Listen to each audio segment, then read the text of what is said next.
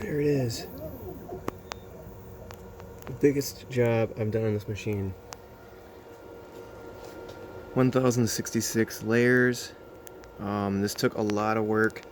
I mean, I had to take apart the machine in the back and then move those switch stops so that I could get the maximum height out of the whole machine. And then on prep, I had to make sure that the supply bed was as far down as it could go, literally down to the 10th of a millimeter, and then the left bed basically had to be as high up as it could go. I did it! Oh my god! No, that's even more amazing. Okay, so that was the last layer. As you can see, it says printing cooldown, but it got the last one. So I've been trying to print this job for a few weeks. I've actually had this model for a few months, and I'm trying to tweak it down a little bit so that it could all fit in there, but the smallest I could make it was 1066, so the last few millimeters wouldn't print. And because I modified the machine, modifying those end stops on the back side, and then moving the beds as high as possible, literally down to the last 10th of a millimeter. And then the other thing I did that was different in this one is I force sintered only after 10 layers on the prep, and that takes out 16 layers, and I guess that's basically just what I needed.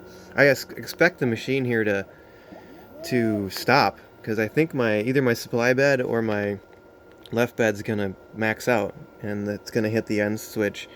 But I'm gonna count as many of these layers as I can, because that could potentially be an extra 4 or 5 more layers that I could use. This is just really exciting to be able to push the machine this far. And then another thing that I got here is bought a little $30 camera, which has made monitoring this machine a heck of a lot easier. Instead of checking in all the time, I could just basically look at my phone and see how the printer's working. The next thing I'm going to do is rig up either a relay from this camera or from a different Wi-Fi enabled switch, and probably tap into the E switch, so I could kill the machine from remote access. But that's a later thing. God, this is amazing. I mean, I already have 6 or 7 passes, maybe 8 passes now, so there's extra layers. If the machine, the machine's supposed to make these layers because it lays down on top of the model and keeps it from deforming. So even if I did manage to squeeze out another 10 layers here, basically when it's done, it hits the end switch, and then the machine just goes straight into cooldown or idle, because there's no more powder to put over top of it.